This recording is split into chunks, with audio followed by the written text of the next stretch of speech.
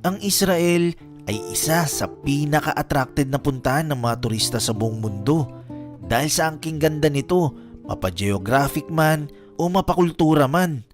Ito ang nagsisilbing birthplace ng ilang major religion, kabilang na ang Judaism, Islam at Christianity.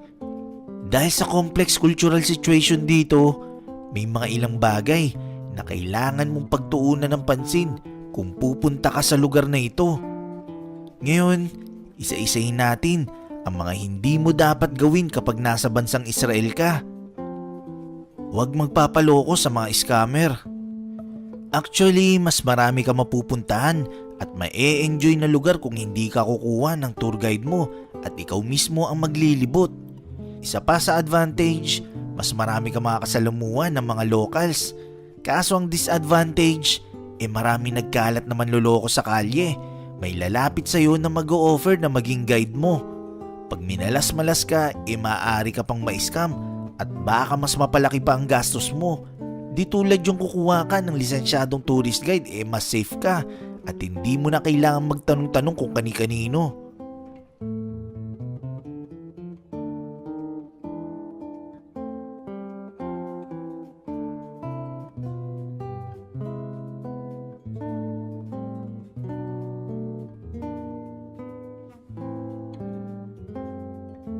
Laging magbigay ng tip. Ang mga crew sa restaurant dito ay hindi kalakihan ng sahod, kaya karamihan umaasa lang sila sa binibigay na tip ng customers. Kaya lagi sinasabi sa mga turista rito na sa tuwing kakain ka sa kahit anong kainan sa Israel, make sure na magbibigay ka ng tip at least 10% ng presyo ng binili mo. Nasa sayo na yon kung tataasan mo pa.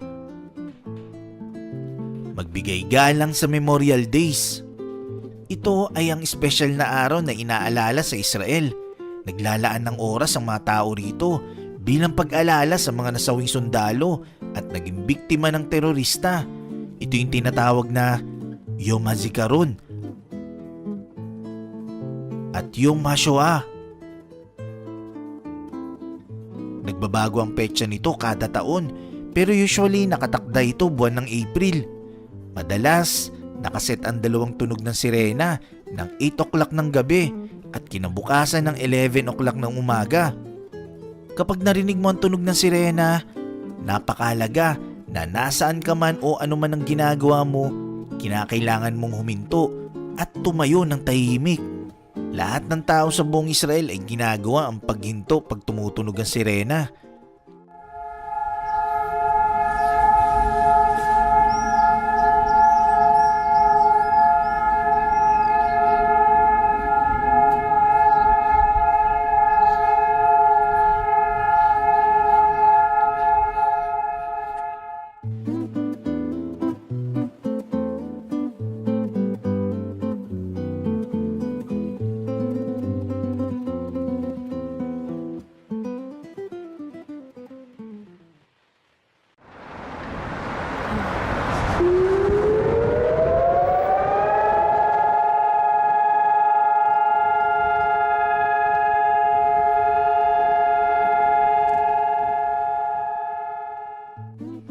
Huwag kang matakot tumawad.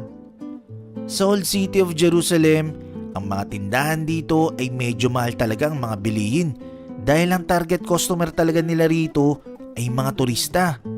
Gayunpaman, alam nyo ba na ang mga tindahan dito ay open for negotiation? Sa madaling salita, pwede mong tawaran. Kaya kung mamimili ka rito, huwag kakalimutang tumawad. Huwag matakot sa mga sundalo. Sa Israel ay nire-require ang mandatory military service pagtungtong ng edad na 18 mapababae man o lalaki. Ang conscription ay nagtatagal hanggang 3 taon para sa mga lalaki at 2 taon naman para sa mga babae. Ginagawa ito ng Israel dahil alam naman natin na napapalibutan nito ng mga bansang galit na galit at gustong pabagsakin nito.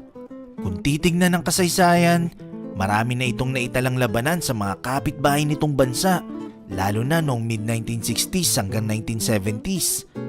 Dahil sa mga factors na ito, kahit saang lugar sa Israel ay may makikita kang sundalo, especially sa Jerusalem. Bagamat may precautionary measure at mararamdaman mo bilang turista na safe ka sa lugar. Kaya wala kang dapat ikatakot. Katunayan, karamihan pa nga sa mga sundalong ito pwede mong pakiusapan na mag-take ng picture para sa'yo.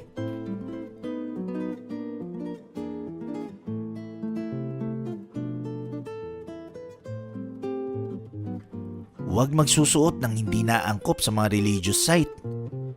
Ito naman ay para sa mga religious site na bibisitahin mo habang nasa Jerusalem ka. Sa mga lugar na ito ay dapat ang lalaki at babae ay nakabihis ng maayos. Dapat natatakpan ng tuhod at siko. In some cases sa mga lalaki, kinakailangan mo magsuot ng tinatawag na yarmulke na provided naman nila ito yung sinusuot sa ulo. Sa mga babae naman, pagsusuotin ka ng shawl. Huwag subukang gumamit ng Uber.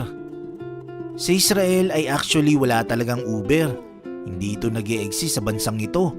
Sa halip, gumagamit dito ng app na tinatawag na Get Taxi. Ito ang pinakamura at pinaka-safe na sakyan kung saan mang bahagi ng Israel mo gusto pumunta. Diretso lang ang lakad. Actually, dahil sa dami ng digmaan na kinaharap noon ng Israel, napakarami pa rin mga nakatanim na pampasabog sa paligid sa iilang lugar na hindi pa rin nakiklear.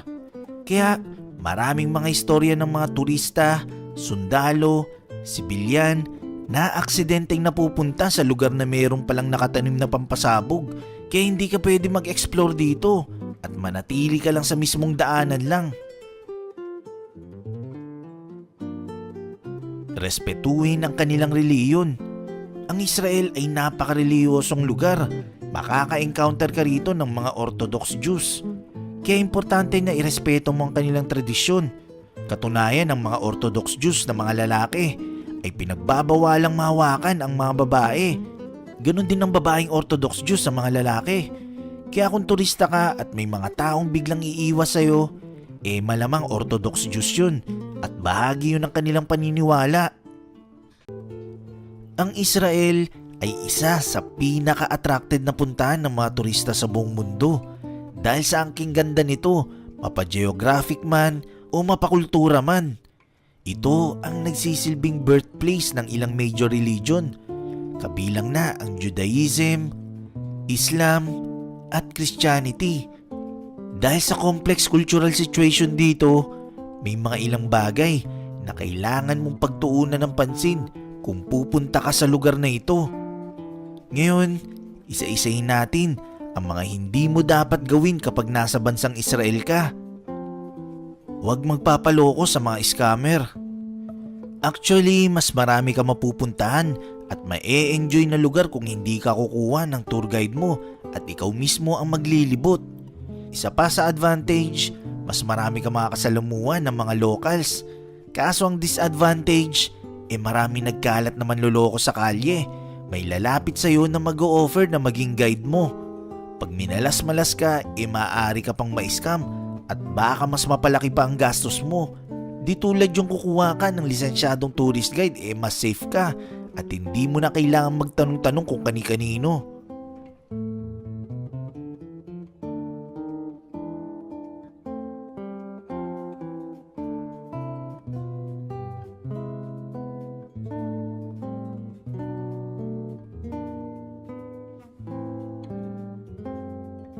Laging magbigay ng tip.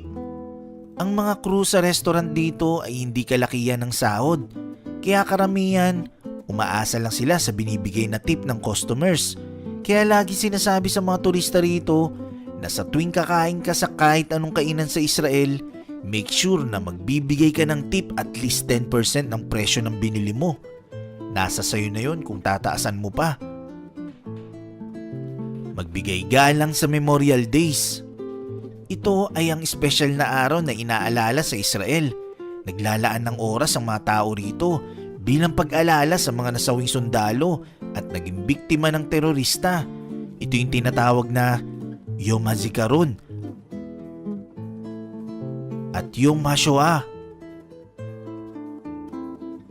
Nagbabago ang petsa nito kada taon, pero usually nakatakda ito buwan ng April. Madalas, nakaset ang dalawang tunog ng sirena ng 8 o'clock ng gabi at kinabukasan ng 11 o'clock ng umaga. Kapag narinig mo ang tunog ng sirena, napakahalaga na nasaan ka man o ano man ang ginagawa mo, kinakailangan mong huminto at tumayo ng tahimik. Lahat ng tao sa buong Israel ay ginagawa ang paghinto pag tumutunog ang sirena.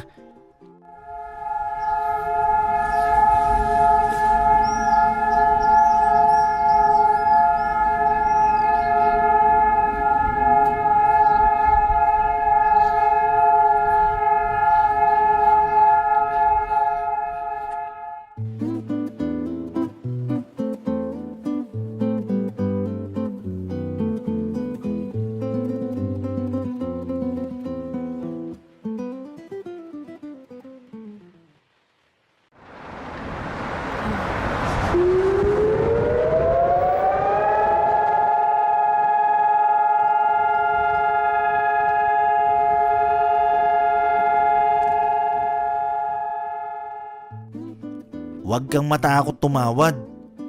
Sa Old City of Jerusalem, ang mga tindahan dito ay medyo mahal talaga ang mga bilihin dahil ang target customer talaga nila rito ay mga turista. Gayunpaman, alam nyo ba na ang mga tindahan dito ay open for negotiation? Sa madaling salita, pwede mong tawaran.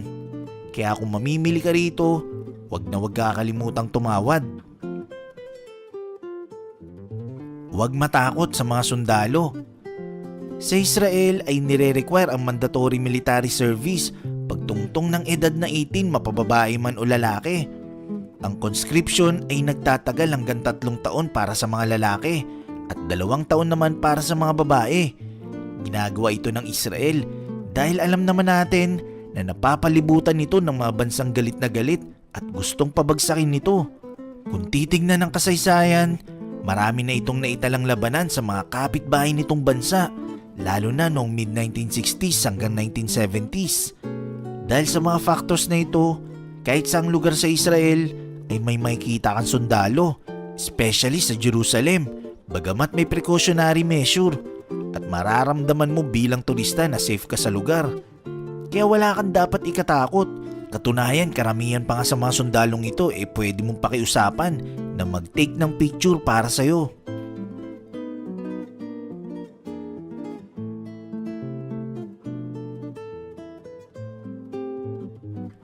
Huwag magsusuot ng hindi naangkop sa mga religious site. Ito naman ay para sa mga religious site na bibisitahin mo habang nasa Jerusalem ka. Sa mga lugar na ito ay dapat ang lalaki at babae ay nakabihis ng maayos. Dapat natatakpan ng tuhod at siko. In some cases sa mga lalaki, kinakailangan mo magsuot ng tinatawag na yarmulke na provided naman nila ito yung sinusuot sa ulo. Sa mga babae naman, pagsusuotin ka ng shawl. Huwag subukang gumamit ng Uber. Sa Israel ay actually wala talagang Uber. Hindi ito nag-e-exist sa bansang ito. Sa halip, gumagamit dito ng app na tinatawag na Get Taxi. Ito ang pinakamura at pinaka-safe na sakyan kung saan mang bahagi ng Israel mo gusto pumunta. Diretso lang ang lakad. Actually, dahil sa dami ng digmaan na kinaharap noon ng Israel, napakarami pa rin mga nakatanim na pampasabog sa paligid sa iilang lugar na hindi pa rin nakiklear. Kaya maraming mga istorya ng mga turista, sundalo, sibilyan na aksidenteng napupunta sa lugar na mayroong palang nakatanim na pampasabog. Kaya hindi ka pwede mag-explore dito at manatili ka lang sa mismong daanan lang. Respetuhin ang kanilang reliyon. Ang Israel ay napaka-reliyosong lugar. Makaka-encounter ka rito ng mga Orthodox Jews. Kaya importante na irespeto mo ang kanilang tradisyon. Katunayan, ng mga Orthodox Jews na mga lalaki ay pinagbabawalang mahawakan ang mga babae. Ganon din ang babaeng Orthodox Jews sa mga lalaki. Kaya kung turista ka at may mga taong biglang iiwas sa'yo, malamang Orthodox Jews yun at bahagi yun ng kanilang paniniwala.